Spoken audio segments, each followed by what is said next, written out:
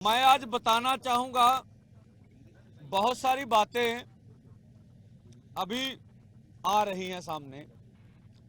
एक तो ये कहा जा रहा है कि इलेक्शन बहुत नजदीक हैं और इतने थोड़े समय में जो मांगे किसान मजदूरों ने रखी हैं वो पूरी नहीं की जा सकती।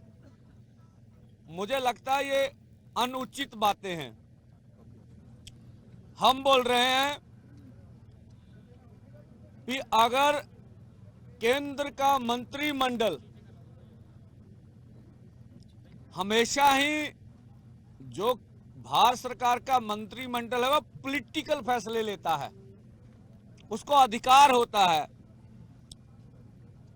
और वो अगर अध्यादेश लाए, ऑर्डिनेंस लाए तो ओवरनाइट भी ला सकता है अगर उसका दिल करे तो। अगर इस मोर्चे का सुखद हल चाहती है सरकार तो तत्काल प्रभाव से अध्यादेश जारी करे कि हम एमएसपी पे लीगल गारंटी कानून बनाएंगे, तो बात आगे बढ़ सकती है।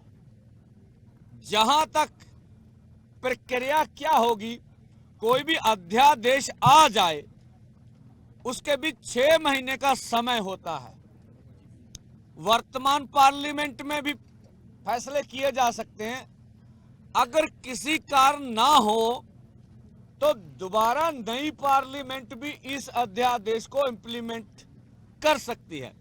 तो जो गतिरोध है वो खत्म हो सकता है, जो हमें रास्ता निकल रहा है।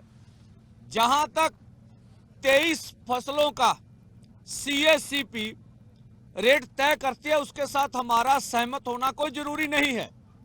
हम कहते हैं उसी तरीके से आप 23 फसलों के ऊपर अध्यादेश कर दें। हमारी मांग है सभी फसलों के ऊपर। सीएसीपी के असूलों पे भी हम बात करना चाहते हैं। ये आगे का रास्ता रह जाएगा, आगे देख लेंगे कैसे किस तरह से उस चीजों को हमने हैंडल करना है। जहां तक C2+ 50% है और उसके बारे में भी आगे की प्रक्रिया अपनाई जा सकती है। A2+ FL के ऊपर ये रेट दे रहे हैं, उसी फार्मूले के तहत अध्यादेश जारी किया जा सकता है। और जहां तक गन्ने का सवाल है, C2+ 100% की बात कर रहे हैं। इसकी प्रक्रिया किस तरह से बने, इसके ऊपर आगे बात चल सकती है। और दूसरी, किसान मजदूर का कर्ज खत्म करना। सरकार ये बोल रही है, इसके बारे में आकलन करना पड़ेगा। सरकार के सारे सरकारी बैंक है, अगर भारत सरकार कहे तो 2 दिन में सारे आंकड़े उनकी टेबल में पहुंच सकते हैं। यह भी पॉलिटिकल विल पावर का सवाल है। वो बोलते राज्यों से मशवरा करना पड़ेगा। राज्यों को छोड़ दो, आप केंद्रीय बैंक और केंद्र की बात करो, उसमें से फिर फाइनल करो कि कर्ज किसान मजदूर का खत्म करना कैसे करना, बात आगे बढ़ जाएगी। तो मैंने जो आपके समक्ष बातें रखी, मुझे बार बार आप सवाल करते हैं कि इसका हल क्या होगा, तो ये हल के रूप में हम आगे बढ़े। बाकी सब मांगे महत्वपूर्ण है, उनके बारे में विचार करके मांग मना के आगे चला जा सकता। जो खेती संकट को हल करने की बात है, अब खेती किस तरह से प्रफुल्लित हो भारतवर्ष में, असल किसानों का किस तरह से भला हो, ये बात इस तरह से हो सकती है।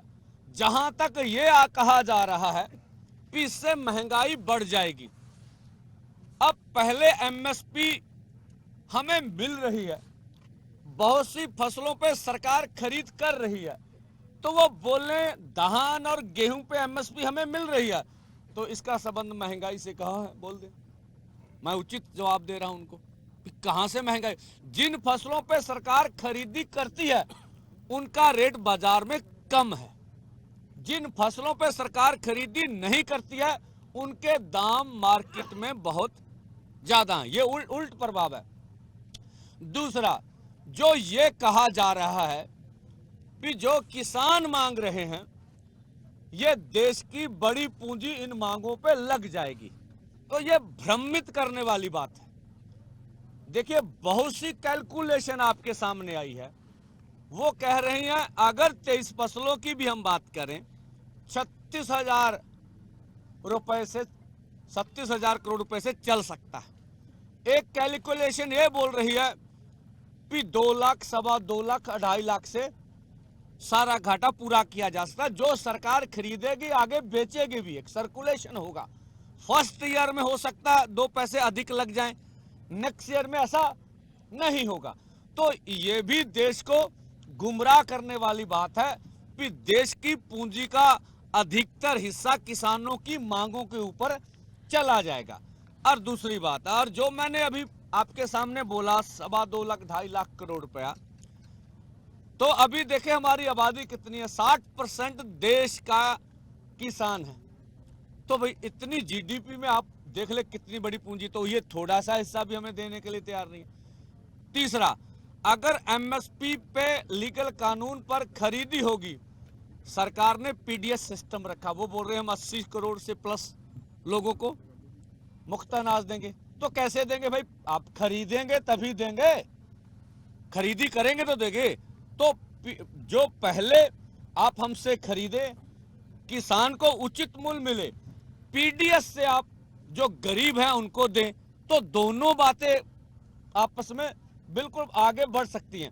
आप तो तेल बीज दालें विदेशों से मंगा रहे हैं, किस लिए मंगा रहे हैं भाई?